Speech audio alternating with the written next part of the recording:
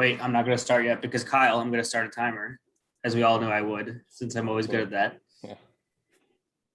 I had such a hard time doing the All NBA. I realized I left out Jimmy and I shouldn't have. All right. I know. I feel the same way. You guys ready? Yep.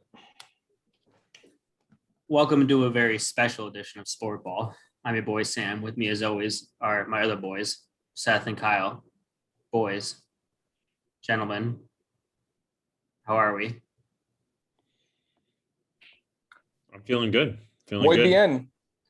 And this Get out. Cinco de Mayo. Sipping on a bird. Got one on never deck. Been whiter. Average. Celtics had a big win today. I just told Sam before we started recording, Taco Fall had a one-on-one against Mo Bamba, two of the longest men in the league. And, wow, I don't know if we've proven longest. Well, I have a special Draymond's dick pics? Come on. Taco gave him the old up and under move, so that was nice to see. That is nice to see. Mo Bamba, more problems, I always say, so. Truly. Deafening silence. This is going to be a very fun pod, I think, guys. So we pushed it back a week, which our loyal listeners were upset about, but I kind of papered over the situation by posting a picture of Kyle in sunglasses. So I feel like all's well that ends well. My sunglasses. You asked if I knew where they were. I sent that to you and said I have no clue. So today we're going to start with NFL draft reaction, which is why we delayed it a week so we could really react to the NFL draft. And then we'll finish off with our NBA end of season awards, which, as we know, we all give out at the end of every year. We don't have a vote. It doesn't matter at all. So look forward to that. So let's start off with the NFL draft, boys. And I think we have to start with Justin Fields going to the Bears. And I simply wrote in the outline, Kyle and I have orgasm on air. So let's just go ahead and push forward with that. They heard my cries over the offseason about how if the Bears don't get a quarterback, I was out. I was denouncing my fandom, and I was going to be, there was a couple teams in the mix. The Titans were up there. Obviously, the Cardinals were up there. Yeah, of course. So they heard me, and they decided to do the best thing this franchise maybe has ever done in trading up for what is the second best quarterback prospect in this draft, who for whatever reason fell all the way to the 11th pick. It's just really crazy to even think about the fact that Fields was the fourth quarterback drafted when going into the season, he was expected, to be hands down the number 2 pick. Yeah. And it's not like he had a bad season. He had, one of the best quarterback seasons for a shortened season, obviously, but that an Ohio State quarterback has had, right? So he destroyed Clemson and Trevor Lawrence in their game that they played against each other, just completely outproduced them in that one, if you want to take that one sample game. Man, it just feels good finally to be a Bears fan again. Yeah, some people say Pace made this move because he knew they needed a quarterback, because he wanted to make up for Mitch, but really it's because he heard Kyle say that he was thinking about switching fandom. And that's where he draws the line. I sent him letters. I had a voodoo doll too. I was pricking every night. Listen, I felt it. I have not been this excited about the Bears since the Super Bowl year. And I was telling Seth, this is the analogy I gave Seth, because he was kind of like, this may be premature celebration. I said, maybe, but we haven't had a good quarterback in 40 years. Like, Jay Cutler was by far the best statistical one, but he never led us to the promised land. So it's like, the analogy I gave him was, it's like you're wandering in the desert for 40 years and then you see an oasis in the distance and you're like, well, it might be a mirage, but I might as well celebrate the fact that there could be oasis, right there in front of me. So for now, I'm celebrating like it is like he is the chosen one while I can, and and I hope he does turn into that. Stepping into like a great situation too with an established alpha wide receiver in his prime that's never had a good quarterback throwing him the ball, and he's put up, top 10, top 12 receiver performances with some of the worst quarterbacks in the league. Yeah, I think he has like the 12 most yards or something since he's been in the league, and the best quarterback he's played with is maybe Nick Foles. So yeah, it's like, how do you decide if it was Nick Foles or Blake Bortles or Mitch Trubisky? Right. So now he has someone that's accurate, can throw a deep pass accurately, can hit tight windows. You got an ascending second-year player in Darnell Mooney, who had so many wide open looks last year that not a single quarterback could complete a pass on. He could have led the league probably in like 40-yard plus touchdown receptions last year, but not a single throw was within 5 yards of him anytime. It reminds me of Bird on the Patriots too. Those two were just sprinting down the field and their quarterbacks couldn't throw to them. But yeah, I think a good-looking young tight end in Komet too. So, and obviously still got Jimmy Graham there, whatever Jimmy Graham is these days. I mean, he's a red zone target. Yeah. Exactly. Yeah. I think, and what makes it like more appealing to me is that in 2017, when we traded up for Mitch, A, it felt like we didn't have to trade up for him.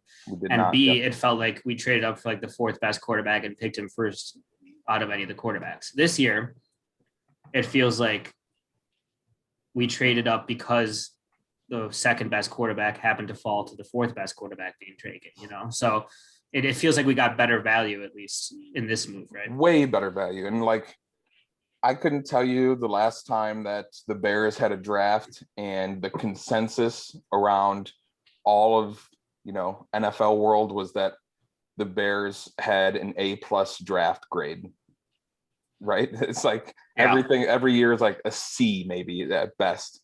Yeah. It's like the Bears to some had the best draft of the year. It's funny, which kind of worries me. I was reading this post that had all the grades from everywhere in one place, and we had the best GPA, 3.99. Everyone gave us an A+. Like, that almost worries me that everyone is missing something. But I made a bet with Seth actually about if Fields would make an All-Pro team in his career, and I gave him plus 450 on it. So if he makes an All-Pro team, I get $45. So I said 450. I get $45, and then if he doesn't, Seth gets 10. So everyone be following along with that, please, our listeners. Seth, you feeling confident in that bet? I mean, I feel confident just because it's like what did we decide? There's all these lists of All-Pro, but it's like one or two quarterbacks a year, so it's hard to make it. And I just think, I mean, if I were a Bears fan, I would be just as excited. Or if the Vikings had traded up to get Justin Fields, like I'm sure be just as excited and enthusiastic. Actually, I read an article today saying that the Vikings also offered to trade up with the Giants, but the Bears just ended up offering more. Yeah. So, but I also just would say, like, from a more objective outsider perspective, like, kind of like you said, Sam, it could be a mirage. It's like history tells us first round quarterbacks are at best 50-50. They pan out as you would want, sometimes worse. Yeah. So it's like, who knows? It's really a crapshoot, even when you're like the best talent evaluators that we have in the game. Which me and Kyle are, so. Right. And compare that to me, who I don't think I've ever seen Justin Fields play a game. So who am I to say how well? The amount of tape I've watched of Justin Fields since we drafted him, it's as if I'm a scout now. I've been watching Justin Fields for at least like the last 3 years because he was in the Netflix documentary where they document the top high school quarterbacks in their senior year. Mm-hmm. He was outstanding in high school, obviously translated to college, outstanding in college. So have the Bears ever had a 5-star quarterback on their roster? I don't think so. What is Mitch, a 0-star? Mitch was probably at best 3. But we had to trade up to get him. All right, someone hose me and Kyle down, please. Yeah, the only other thing I'd say is it was interesting, like Kyle was talking about, he was consensus second pick overall for a while. And then since the season ended, like talent evaluators are doing their thing, looking over tape again, all that kind of stuff. And he fell down to 4. Now, maybe that's a case of people overthinking it and whatever. And maybe it's a case of people found flaws in his game that you didn't notice on the first look. And maybe none of that matters and it's all just luck of the draw. Yeah. So, yeah. I mean, interesting to see. Certainly any of those top 5 quarterbacks, I think have a good chance to be great, but you just never know with quarterbacks in the first round, right? Mark Sanchez went on Pat McAfee's podcast like the day or two after the draft and was talking about there's this like sports psychologist that does these tests. He's tested, I think, like 6,200 or almost 7,000 like just top tier athletes from all sports, male, female, everything across the board. And it measures like how fast you can process information and then spit out that same information. So like how fast it takes you to learn it and then memorize it and then recite it essentially. Justin Fields scored higher than any athlete he's ever tested. He scored like a 730 something. Mahomes scored a 708 and Josh Allen scored like a 702 or something. So incredible. I mean, at this point, if we don't win a Super Bowl in the next 5 years, disappointment. So you heard it here first. All right, we got to move on because we already spent like 12 minutes on Justin Fields, which was, I would say, an hour too short. But there are other picks we had to talk about. Trey Lance ended up going to the Niners. We thought perhaps all along it was going to be Mac Jones, but it ended up being Trey instead. Are you guys surprised that they took Trey? And do you think it's the right decision? It seems to me, my limited knowledge, Trey is a like high risk, high reward play for them compared to Mac. Mm-hmm. So he's a little bit more raw, a little bit more potential. And that's why I think they'll keep Jimmy G around for another year and have him kind of learn the ropes a little bit. I think this pick was most notable and most exciting for me because Trey Lance grew up in Marshall, Minnesota, went to Marshall Senior High School, which was where my dad grew up. So wow, I didn't know that. Yeah, hometown kid for the Kwan family. I'm going to root for him now. Root for him to fail. Kyle, thoughts? They probably keep Jimmy, right? They're definitely going to keep Jimmy. I mean, they've been saying it all along. And even just this week in their press conferences, they've indicated that they're keeping Jimmy, that they're comfortable not starting Lance right away and allowing him, to take however long it needs to essentially understand the system. Because as we know, Shanahan has one of the most what's the word I'm looking for? Intricate systems in the NFL. So, but that was another reason they drafted him, was they thought that, through their interviews and stuff, that they were just really impressed with obviously everything in terms of how he would be able to integrate into the system. I feel like if they would have drafted Mac Jones, they would have just been getting a younger version of Jimmy Garoppolo, essentially, with the not as many accolades, right? And not as attractive. Not as attractive. But obviously Trey Lance too has a very very good dual threat capability too. Like he's a good runner. He's not the type of quarterback that just runs at the first sight of pressure either. Like he's not afraid to stand in the pocket if he needs to. Throws a crazy deep ball, which is going to be fantastic to see, with the talent surrounding him in San Francisco. Yeah. So I don't think he starts, game one, but I do think we see him starting by like halfway through the season. And if he's going to reach his potential, I have high hopes that he would under Shanahan, more Exactly. than I would at another organization. So speaking of who the Niners didn't pick at 3, Mac Jones ended up falling to 15 to the Patriots. Kind of seems like Seth was saying, a higher floor guy, really good in the pocket, just a lot of smarts, but not the athleticism that some of these other quarterbacks have. So how good do you guys think he will be? I almost feel like if he's even fine, he's an upgrade over Cam, and the Pats have a good chance to get a wild card. You guys feel that way? Yeah, I mean, he's an upgrade over Cam as long as he doesn't like double hop a pass to his receivers where you can't tell if he's throwing a pass or spiking the ball. Yeah. So in that sense, I think it'll be great for the Pats. And I think overall they have a, pretty solid supporting cast. And I think The a Pats. lot of people have been talking about, I mean, a couple years ago, they had Name their the starting best wide defenses in the receivers. league. One of them. Yeah, he's definitely not going to be throwing to wide receivers that N'Keal are as Harry. good. Nice. There you go. The people have been making jokes. He's going to look around and be like, these aren't the receivers nearly as good as what I had last year at Alabama. Yeah, I mean, that's true for sure. But their But a defense good is pretty defense. good. Yeah.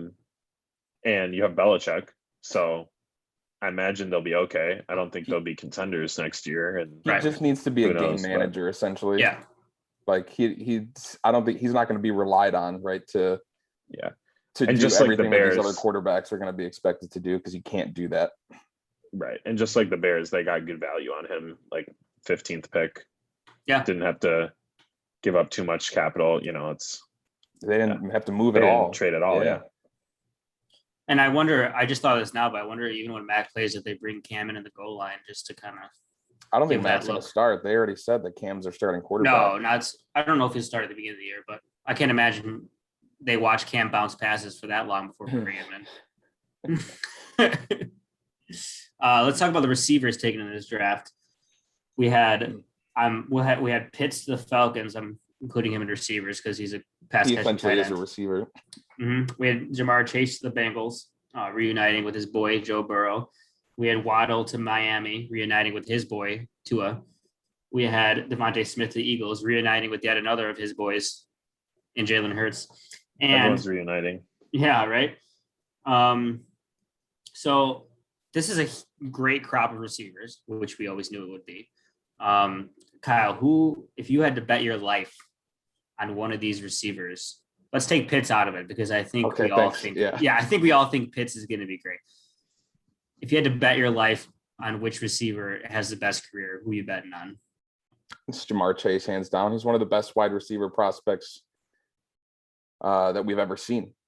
He's the best wide receiver prospect since like Julio Jones, who was the last like consensus, hands down, number 1, top 5 wide receiver pick in the draft. And that turned out great. Yeah. Yeah, for real. I think I agree with you. Seth, do you agree with that? Yeah, again, I'm just going off of what people have told me. I never watched the kid play other than maybe one game. So He's a kid what now. might Are we I say? that old that we should be calling these guys kids? They're younger than us. Yeah, I guess so. We're over the hill.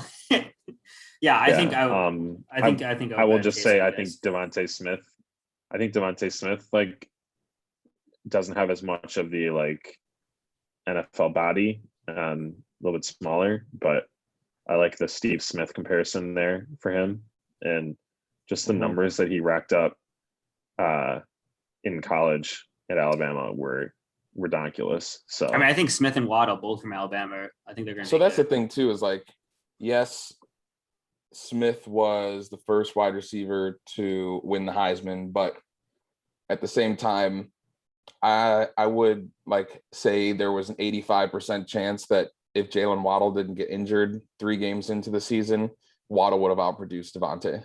Mm-hmm. Yeah, I mean they're both elite. I mean, like Yeah, people and are just making these comparisons, but I think they're both going to have successful careers. It's really interesting too. There's like a lot of people that either think Devonta Smith is really a great receiver. There's a lot of people that think he's going to be a major bust in the NFL. And it really just is all around his size and his weight and, he's one of the thinnest wide receivers, right, that's ever been drafted that high, especially. But we saw it in college that didn't affect him at all. So the thing is, it's like you're betting on him to essentially be like a statistical outlier in terms of comparing him to other wide receivers that are, have similar stature and size and BMI and whatnot to him. But it's like, based on what we've seen in a year and a half, 2 years at Alabama, it's a good bet to make still that he's that outlier wide receiver, right? Yeah. So, I know it's such an interesting test case, right? Like if I just fast forwarded 5 years and I look around and he's one of the best receivers in the league, I wouldn't be surprised. But if I look around and he's like the next Marquise Brown, just not that productive, would I be surprised either? No. right. But I would lean on him being productive. That's where I would lean, but I wouldn't be surprised either way. Let's hit running backs real quick. Najee Harris to the Steelers, which I feel like we all saw coming somehow, and Travis Etienne to the Jags, which was a little surprising. Weird. And then I would include also our boy Javonte Williams ending up in Denver, which was a shame in my mind since Melvin's already there. But maybe Melvin's out the door. We'll see.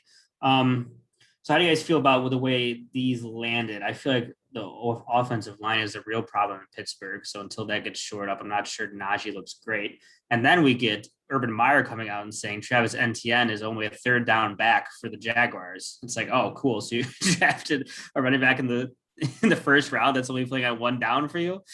So I don't know. I have qualms about all the situations here, really. I think that's just coach speak. Probably, yeah. I think it is too. But still, to Lawrence really was a no-brainer pick. But after that, the Jaguars maybe had one of the worst drafts I've ever seen. You had an undrafted free agent running back that had the best season of an undrafted free agent running back ever in the NFL last year. Yeah. And then I get it, there's you get a new regime in, but to just waste a first round pick on another running back just so they could split time doesn't seem like the greatest use of that high of draft capital when there's still a ton of wide receivers on the board. There's everyone can use better offensive line help, or especially for the Jaguars, defensive help, right? There's so many different things they could have done to improve their team overall and waste the pick on a player that's probably going to be on the field 50 to 60% of snaps. Well, and the thing is, like, that's the interesting thing to me about the James Robinson case. It seems like in the NFL, it's so weird. It's like, if you don't have the pedigree, they don't trust you. They won't hand over the starting role to you. Like, I'm saying, like, this happens all the time. There's some undrafted or low draft pick player does well, and they're like, well, he didn't have the pedigree coming out of college, so let's see if we can snag a first round pick to replace him. Right? Doesn't it seem that way? And it's like, you already have a guy that's producing. I don't understand. Just because maybe you missed on him in the draft doesn't mean he's still not going to be a productive player. You just saw it happen. Yeah, it makes no sense. And to talk about the Najee Harris landing spot, the Steelers did use 2 or 3 of their next picks on offensive line help. And I mean, we just saw it this offseason too. Kansas City, got demolished in the Super Bowl because of their offensive line, and they turned around within the last month and based on, PFF grades or whatever you want to use, turned one of their, the bottom 6 offensive line in the NFL into what should be a top 6 offensive line in the NFL. So it's not, it's not hard to change it. It's just a matter of, the team doing what's right and making those trades when fit. So I'm not worried about Najee. He's going to step into Pittsburgh and immediately touch the ball 20 plus times a game. There's no doubt about it, especially with Ben can't throw down, more than 15 yards down the field anymore. Ben, it seems like it's over for him, but he would retire. So they said, fine, you can come back. All right. Any other miscellaneous thoughts before we get to the roasting of Aaron Rodgers? Maybe the roasting of Gutenkist, but just keep your eyes on Rashad Bateman. I do like him a lot. And there was a lot of talk as to whether he would be a round 1 pick. Definitely had the pedigree. He's a phenomenal player. I think he went overlooked probably to some because he played at Minnesota, and how often does Minnesota turn out NFL players? Not very often. The whole state of Minnesota is ass. There you go. Lawrence Maroney. Lawrence Maroney, baby. But no, I love Rashad Bateman. And I think, I was pessimistic at first due to him landing with Baltimore because of, how many passes did Lamar Jackson attempt last year? It was like 350 pass attempts. I think it was last in the league. But the thing is like Baltimore is one of the smarter, teams and has one of the smarter front offices in the league, especially in terms of like using analytics and stuff. And that was one of the big reasons that they decided to go with Bateman, was because of the, he could play on the outside, he could play in the slot.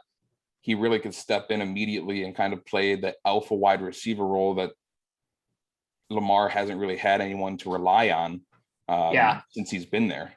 I actually like the landing spot for him quite a bit because they've been starved for a big wide receiver. We just mentioned Marquise Brown. He's a little guy and he's overtaxed as a number 1 wide receiver, Marquise is, and they brought in Dez Bryant. That's how desperate they were to get that big body in there. And he actually seemed like critical for them at times, getting those short yardage situations, just getting his body out there. But so I think he has a chance to be just really efficient and produce on less volume than other wide receivers. So I'm kind of bullish on how he'll look for them.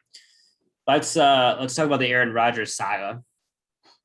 So Aaron on draft day let it leak that he said he does not want to come back to the Green Bay Packers. I mean, he clearly did it on draft day to get the most play in the media he could. He has threatened to retire and host Jeopardy. Although I think that's not, I know he wants to, but I'm not sure how realistic that option is for him. But he could certainly do whatever he wants. I'm pretty sure it's a very realistic opportunity for him. He's one of the people considered, but I have strong doubts he's going to win the job. But I mean, he could do whatever he wants. He could host another game show if he wants. Doesn't matter. So there's been talk of would they trade him? Denver has been the one team highly rumored.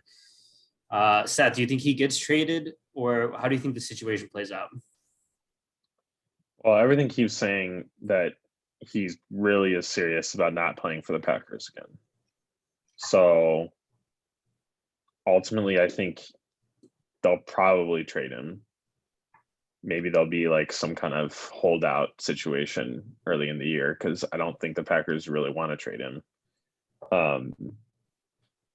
I just don't really get like what the Packers did wrong in this whole situation and why he's so upset. They haven't drafted a wide receiver in the first or second round of an NFL draft in like the last 6 years. Maybe that's... Who cares? He has the best wide receiver in the league.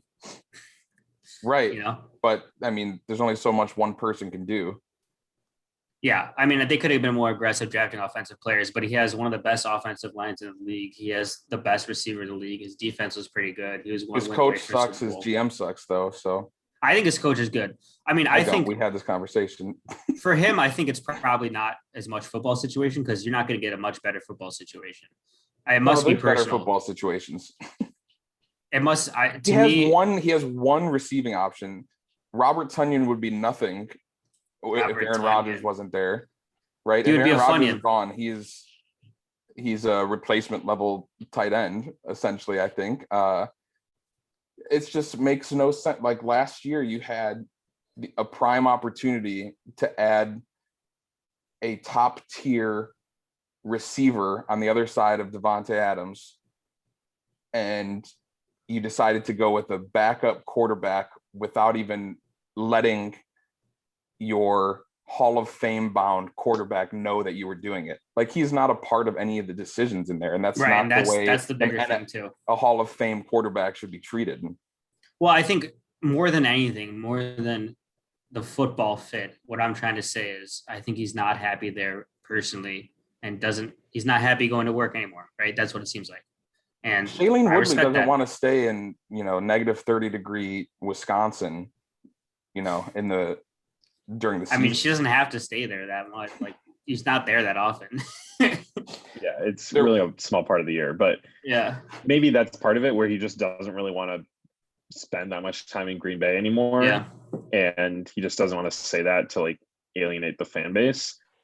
And It maybe would- it's a personality thing. I just think it's a little bit like over dramatic to hold a grudge against a team for drafting a quarterback to be your successor. And maybe they didn't talk to him about it because they didn't know he was going to be available at that point, or they just, the guy they had targeted It wasn't expected to be a went, and then first-round pick. That's why. I mean, I think ultimately it's like, I'm not there. I have no idea what's going on. Maybe their whole management are all dicks, and it completely makes sense why he wants out.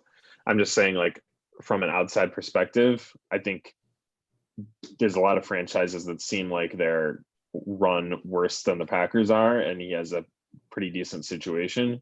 But There's yeah, reports. ultimately, he doesn't like going to work, and he wants to change. So let's see what There's happens. reports that came out today that he refers to his GM Gutenkais as Jerry Krause. So It's really a shot to the Bulls fans. Not the best that's comparison. any indication of how he feels about his management. I think that's the best way to explain it. Yeah. Well, as we all know, Kyle thinks Aaron Rodgers is ass, so they might as well trade him, right? He's definitely ass when he's on the Packers. That being said, Robert Tunyon would be a below level replacement tight end if Aaron Rodgers wasn't there. So I'm not sure how that connects. This is true. I was just saying, like, he brings up, all the skill players that are around him, right? Like Devontae wouldn't have had that type of season if Aaron Rodgers wasn't throwing him the ball.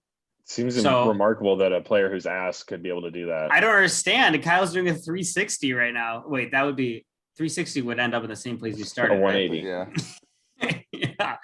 The fans know that Kyle hates Aaron Rodgers and says he's ass half the time. I mean, he ranked him a tier below us in our QB rankings. The receipts are right there.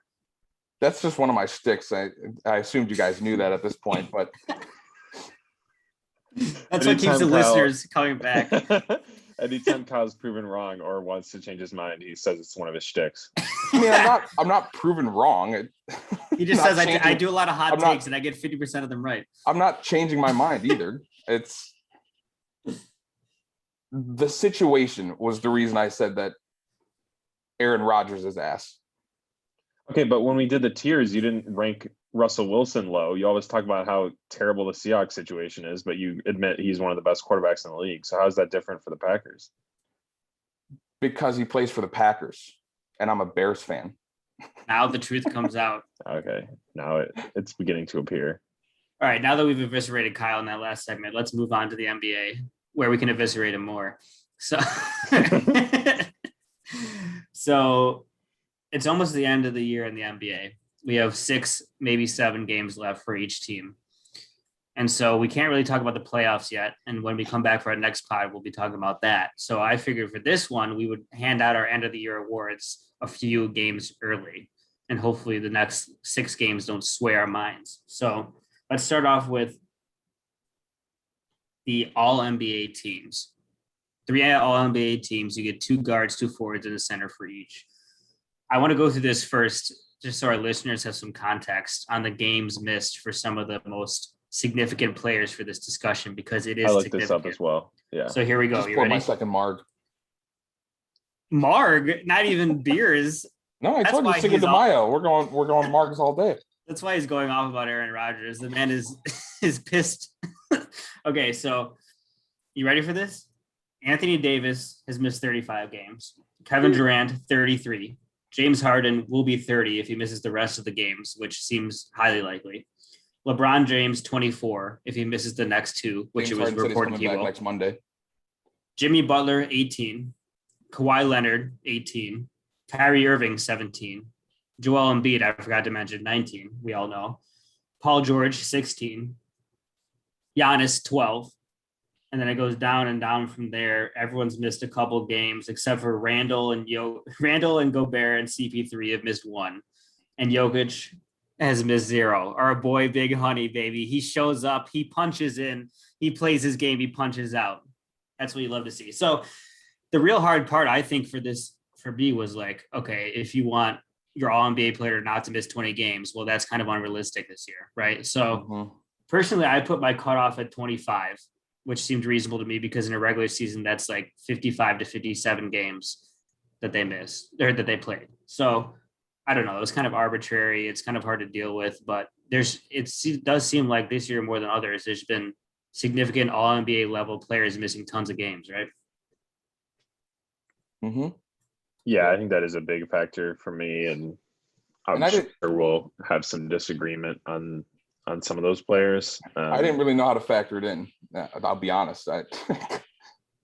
So kind of what I did was, like I said, my cutoff was 25. So I did not include Anthony Davis, Kevin Durant, or James Harden. That's just what I did. But I mean, I won't argue if you do include them, you know?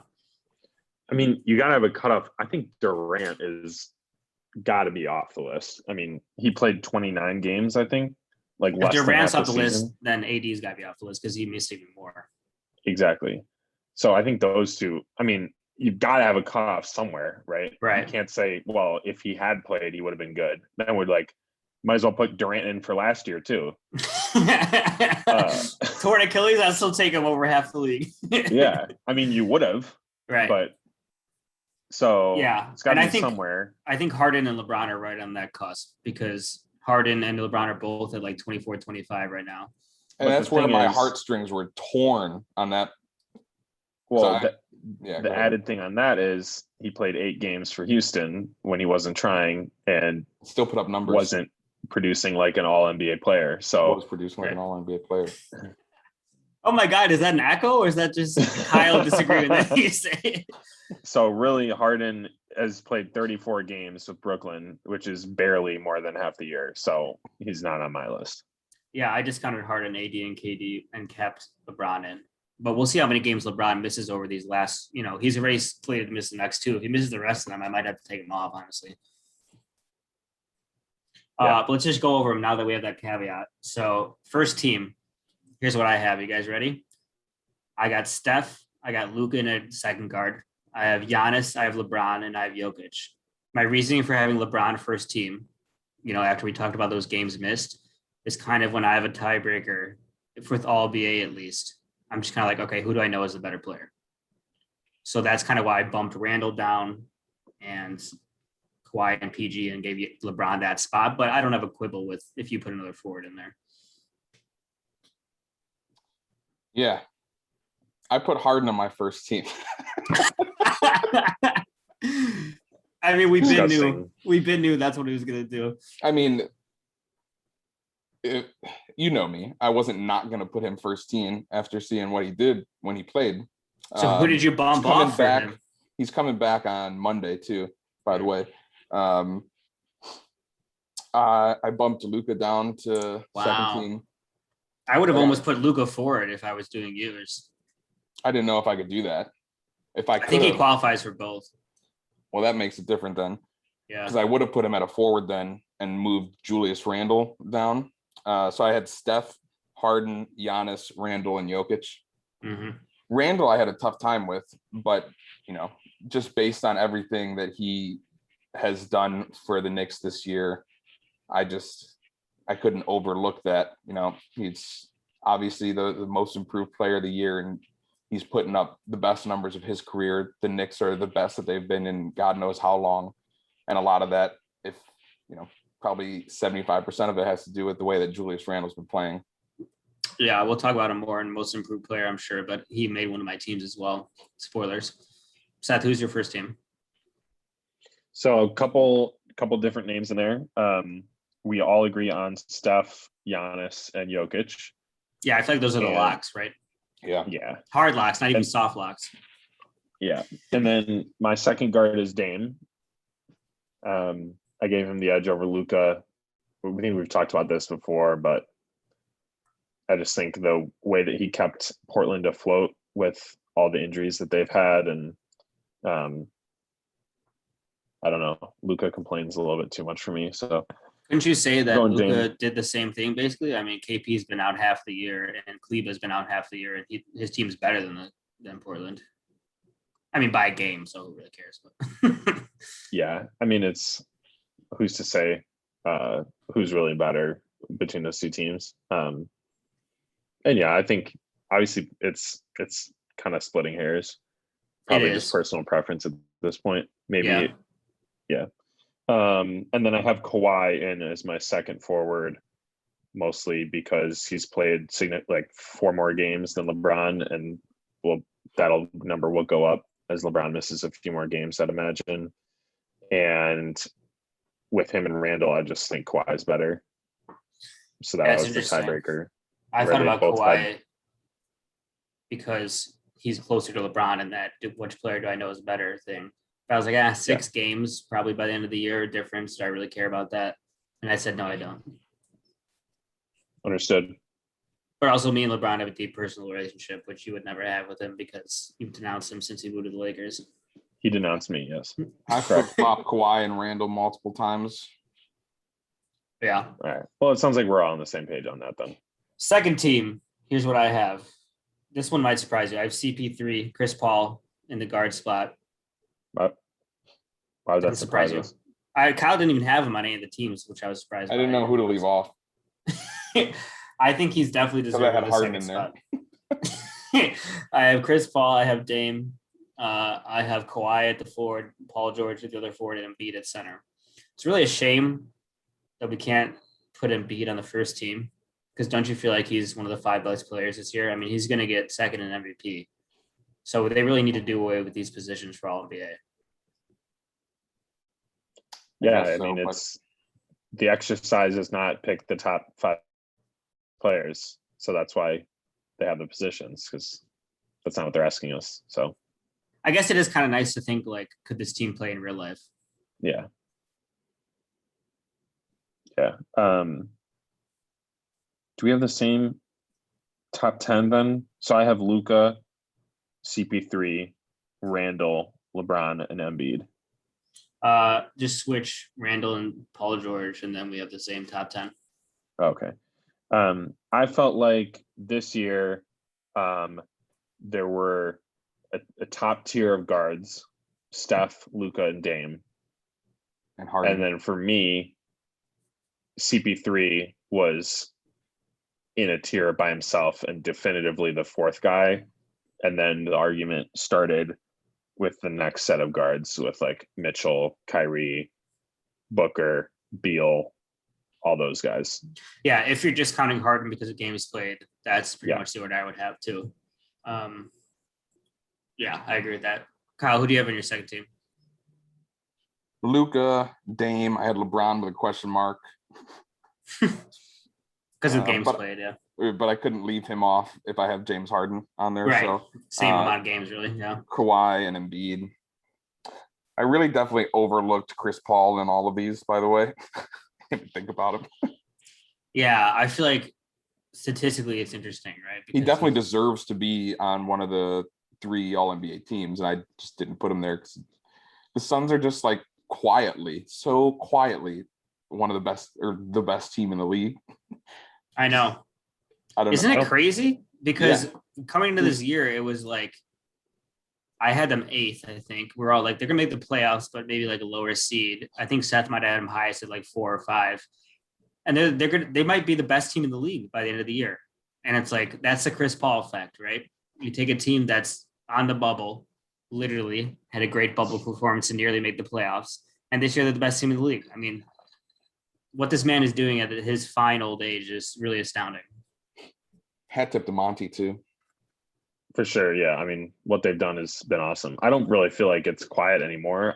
But maybe it's just like who you're paying attention to. I feel like I've listened to a lot of podcasts the last month where they're like, no one's talking about the Suns. They're really good. And it's like, once enough people say no one's talking about them, then like everyone. Well, I is think just the talking about thing 'em. is that like we still don't really view the Suns or the Jazz as the favorites to make the finals, despite them having the best records in the league.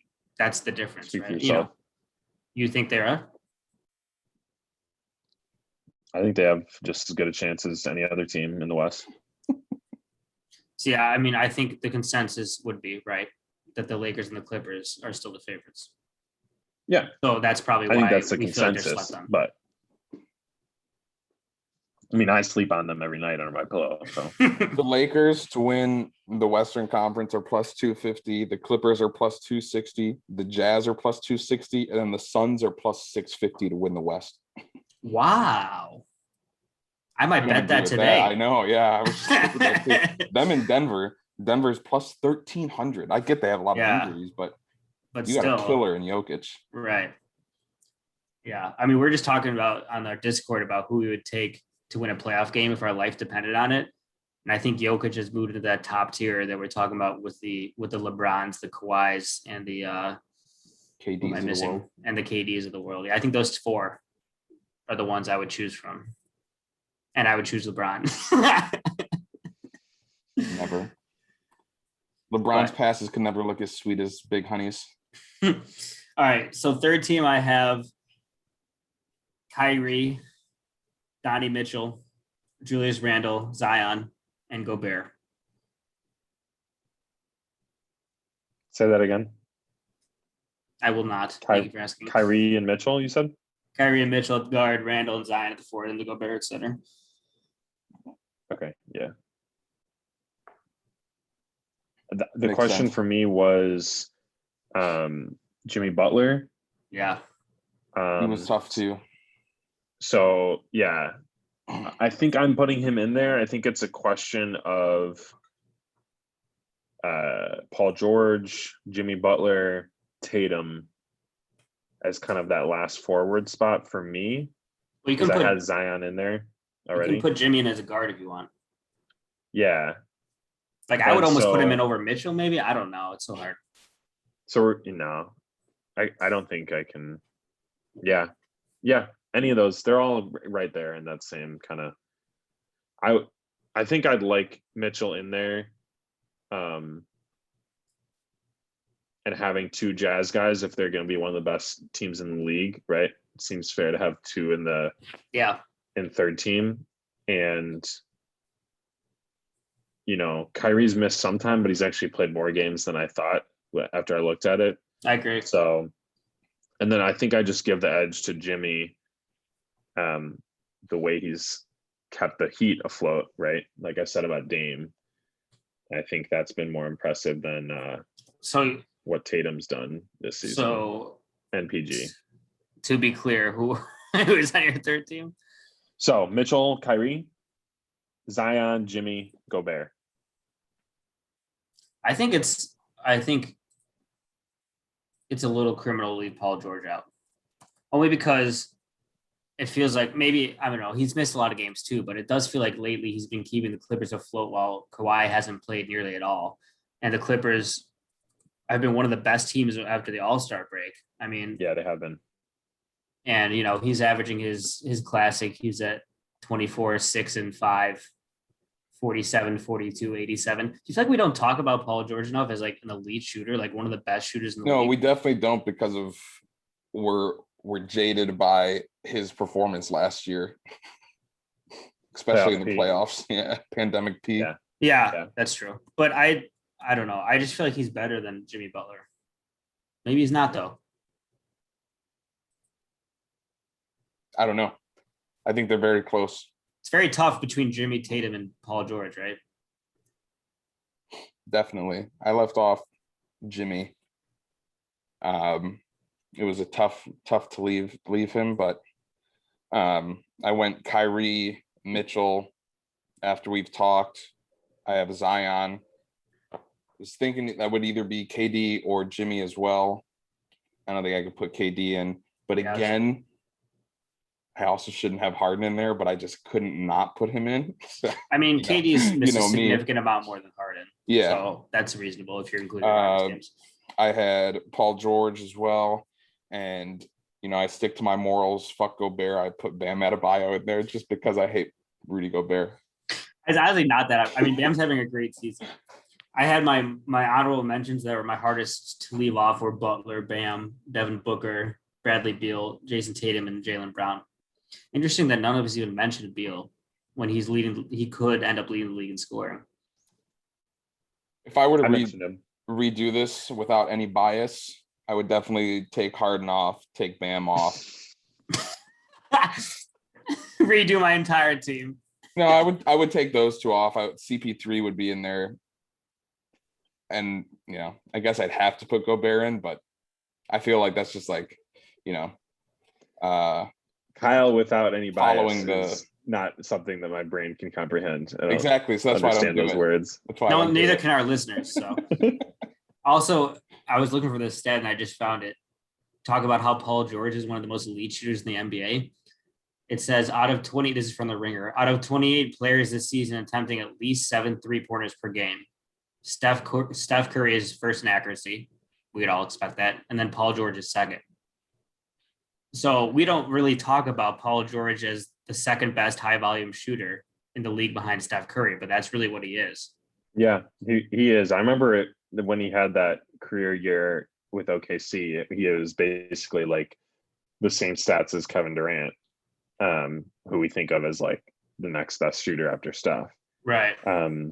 So I think you're probably right. I think based on what he has done this season, he deserves to be all NBA. And I'm probably suffering from some of that bias where you watch in the playoffs and it's like unquestionably you'd rather have Jimmy Butler. That is the thing, right? If you go by my thing of who's better, it's almost like I'd rather have Paul George in the regular season and Jimmy Butler in the playoffs if I could just switch them off. Yeah. Now, But what if also, I- it's a regular season award. So Right. What if I told you there's a player that's shooting 50, 50, 100, and he's not even talked about for the All NBA team? Tony Snell. Dude, I told you guys, he has a chance at the first 50, 50, 100 in league history. he still hasn't missed a free throw. No. No. I mean, he's taken like 8, but still impressive. Yeah. Also, we must at least He's attempting 0.3 free throws per game. mention Russell Westbrook, who didn't make any of our lists or even my honorable mentions, and yet is averaging a triple-double for his 4th straight season at 22, 11, and 11. But by now we're all like, who gives a fuck? Well, It's I expected. tell you, I give a fuck because he's on my fantasy team. So I'm loving True. it there. He has another And triple double Kirk- tonight for you. Yep. Kirk Goldsberry had a good piece about him and how he really is an elite playmaker and statistically, and if you look at the advanced stats of how he creates offense and gives provides shots to his teammates, he's really good. And then when he shoots himself, it's very inefficient and not a smart decision. So it's like if he could just almost move into the Draymond role where he takes like 6 shots a game or something and That's what he just should do. sets up everybody else. I think. Especially with Bradley Beal on your team. Let him take 35 shots a game. Yeah, and that's what he did The other night when he 2 had days ago Yeah, he had a when he had the triple-double, Barbara he had with the assists and Barbara. rebounds. yeah. Barbara, no Yeah. points. Astounding. He's at 40, 30, 60 for the season. Yeah. 40, 30, 60. Yep. Not a club you want to be in. Unlike 50, 50, 100, who has one member. Just Tony If Snell only he could smoking a be like cigar in the Tony lounge. All right, let's quickly hit our end of the year awards and get out of here. I think we're going to have consensus on a lot of these, so let's really hit them quickly. MVP, Jokic is the favorite and will win, and he will win in all of our hearts as well. Let's just take a minute to gush about him, though. 26, 11, and 9 this year, 56, 41, 86 splits, 31 PER, which I just looked up, which that's kind of what you want from your MVP. I mean, what can you say about the man? I think he's probably my favorite player in the league to watch besides LeBron, and he just has a special place in my heart, and I'm just really happy for him that he's getting an MVP. Should also mention, essentially the first second rounder ever to win an MVP. Now, Willis Reed was the first, but he was like the 11th overall pick or something in the second round. So, so this is going to be historic as well. Nice. I didn't know that actually. And yeah, definitely a deserving MVP year. He's been amazing, taken a step up offensively and gotten better defensively as well. So he's really not like a minus on the defensive end like he has been in years past. And obviously a unique player and a unique personality in the league as well. So we love to see it. Been waiting for this day. We knew it was going to happen. I knew it was going to happen. Right. The crazy thing is he started off the season at 20-1 to win MVP. We talked about it at the beginning of the year. Did we bet it? No. Didn't bet Not on a it. chance. He made it in December. He made it all the way to like 25-1 odds. Wow. He's now minus 2,000. Yeah. I mean, that's the thing. We've had these players in and out of the MVP conversation, a lot of injuries, and the one steady thing is Jokic, right? Man hasn't missed a game in this season. I mean, I just listed all those players that missed, all those games. He's had considerably less number of cuts on his arms this year too. I don't know if you noticed that. The games do not stop for him to get cuts fixed nearly as much this year. That has nothing to do with anything, but I don't know. I think that's just really an observation. Defensive player of the year. I think we're all going to agree on this, but it's not going to be who's actually going to win in real life. We're all going to say Ben Simmons, and Rudy Gobert is going to win in real life, right? I mean, Ben Simmons said it best himself. If Ben Simmons, who's not a scorer, can score 40-something points on a player, is that player really defensive player of the year? Not he scored 42 on Gobert, and when we've hammered this a lot of times, so I won't go too far into it, but I like my defensive player of the year to be able to defend more than the rim and to be able to defend on the wing. And I mean, we've seen Ben Simmons lock up everyone from Dame to LeBron to Zion, right? So, I mean, it doesn't matter the size or shape of the person he's defending. He's going to lock him down. Yeah, it's much easier to defend, a 10-foot zone than it is to defend the full court. So, right. Seth, you were saying you're on board? I also had the note with fuck Gobert in my ranking or in my defensive player of the year. Kyle would never let you say if you agree, though. He just wants to get one more Gobert dig in. I'm on board with Simmons as defensive player of the year. And I like the premise overall. And I think that even if Gobert is not the very best defensive player in the league, he still adds tremendous amount of value to your team. So yeah, I mean, any reasonable person would say that, but we have an unreasonable person on my far right here on Zoom.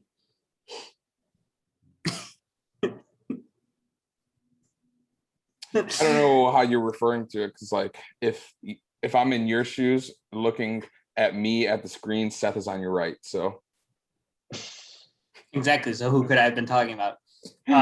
Rookie of the year, LaMelo is going to win it and should win it. 16, 6, and 6, 45, 37, 97 splits. 97, sorry, I meant to say 79 for the free throws. I think the one thing for me with LaMelo that I've been surprised by is his shooting, right? He's been an above average 3-point shooter and become a pretty good finisher. And that's just not, I knew the elite passing was there, but that's kind of what I'm impressed with, Definitely. That's been the surprise. I think the only question with him was games played, but since he made a return to the season, I think he'll get to that number necessary to win the award. Charlotte is honestly one of my favorite teams now. They're like my pet team that I drag along behind me, and I think they will be for years. I love Miles. I love PJ. I love LaMelo. They're just really fun to watch. It's true. I mean, Miles has some of the best in-game dunks we've ever seen. So yeah, for real. All within like the last month too. Yeah.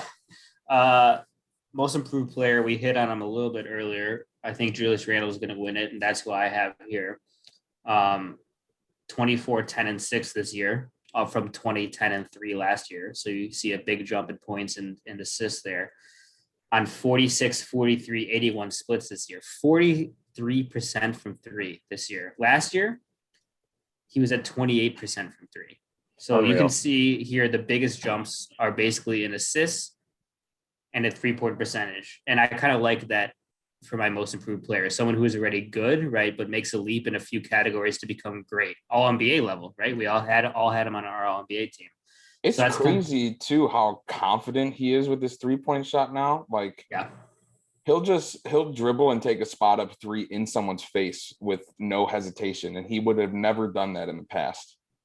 Yeah, and it's unlocked a lot of those assists for him too, I think. And defensively, he's improved too, right, Seth? That's not something I didn't mention with those stats, but he seems to be giving it on that end as well. Yeah, I mean, who knows how much that's Tibbs, but either way, he's making it happen on the court, and I think I'm with you. We talked about this last year. Last year, I voted for Luka as my most improved, and I think he didn't win because he had already been good the year before. But I think that's the most challenging thing to do in the NBA when we have so much talent, is to jump from good to great. And so Randall made that leap into, top 10, 15. And, I think there aren't really many other good candidates for making that good to great jump. You could say like Joel Embiid because he put it all together, but I don't know. He went from like 10 to 7 or something. So I think just the huge leap that Randall made, and he's all around, his entire game is transformed. I think he'll be the no-brainer pick. Yeah, definitely. These last two we might disagree on. I'm not sure. For sixth man of the year, I think this guy is going to win it. But I said Jordan Clarkson, my son, who I birthed myself out of my own body earlier this year when I picked him up off waivers in our fantasy league, and averaging a 17, 4, and 2 for the Jazz. His teammate Joe Ingles has a good case as well, and I think they might finish 1-2. Which, why does that keep happening with these 6 men? It's like one of them is obviously the seventh man too. Yeah. So I don't know. I put Clarkson because I just think he has cooled off a bit, but I think what he does is very valuable for them. It kind of like fits the exact need that they needed off the bench, just that scoring spike. Do you guys agree with Clarkson there for 6 man? I had Clarkson. Yeah, I think Seth disagreed. I'm going to assume he had him second, but definitely had Clarkson myself. Yeah, I'm saying Ingles because of the efficiency, and he's on pace, I think, to set a record for effective shooting percentage. And Clarkson is he does fulfill that need, and he's obviously not afraid to shoot. He scores a lot, but I think what Ingles does, and playmaking a bit more than Clarkson as well, is a little bit more unique and a little bit more what I look for in a player. But I think Clarkson fits the mold more for that like type of player that has traditionally won the 6 man award. So I think he'll win it. Ingles shooting 50, 47 to 84. And Tony Snell says to that, got to be better than that. Embarrassing that he's not even at 50% for 3. Coach of the year. I think Monty Williams is going to win for the Suns. I have a different pick personally. What do you guys think? I too have a different pick. Seth had Monty though. Seth, do you have Monty? Yeah, I mean, I guess I don't always like this trend where it's like whichever team has the best record like gets coach of the year. It's not like that every single year, obviously, but I think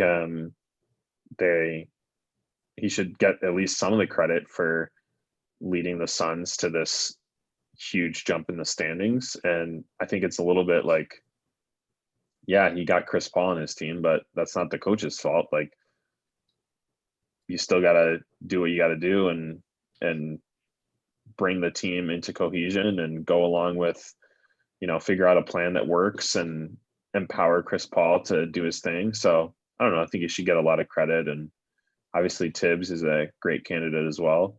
And it's one of those, like, how do you ever decide how much credit goes to the coach versus the players, right? It's kind of, if you're not in the locker room, it's really hard to say. Well, for me, it was kind of like, I agree that Monty deserves a lot of the credit, but when you get a player like Chris Paul, that's definitely going to raise your floor as well. And Tom Thibodeau is my winner in my heart. And he took a team, basically the same team. Last year, I looked it up. They had a 318 winning percentage. This year, up to 569. Last year, they were literally 24 games below 500. 24 games below 500. This year, they're 9 games above 500. And obviously they didn't add a player like CP3. So I think Monty would be deserving winner as well, but I like the Tibbs argument a little more. Yeah, I'm with you with Tibbs. He turned, a bottom of the barrel team around with, like you said, basically the same core players.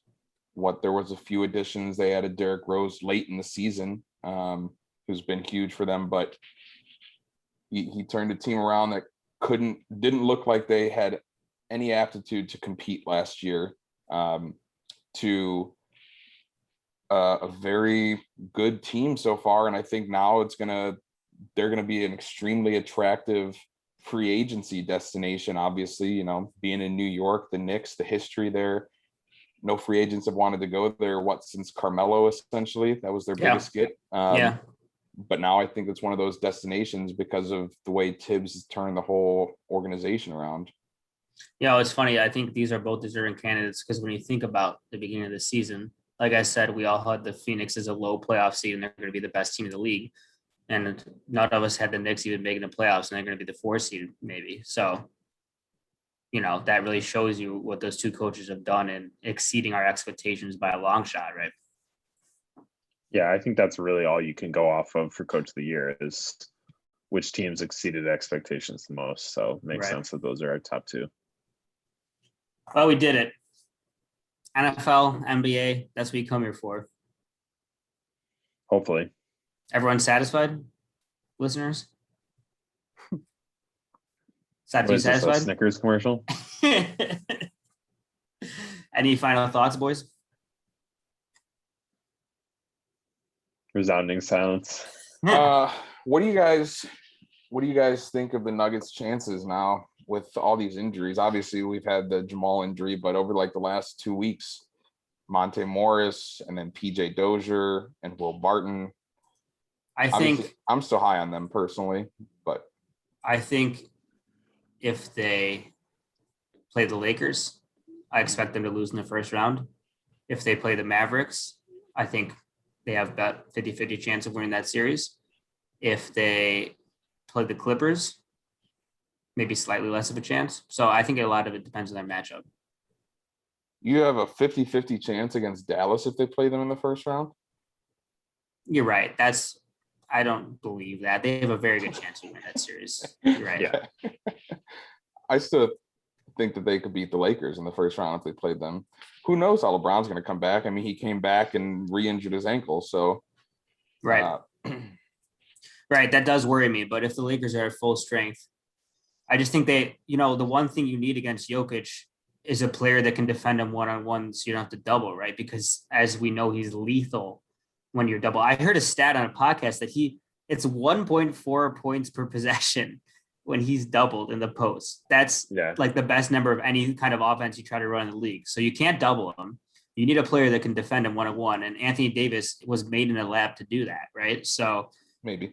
I think it's a tough matchup for the Nuggets. I wouldn't expect them to win against the Lakers, but they got a good shot against anyone else, I'd say. I think a good thing for them, Monte Morris is supposed to be back here within the next week, I think.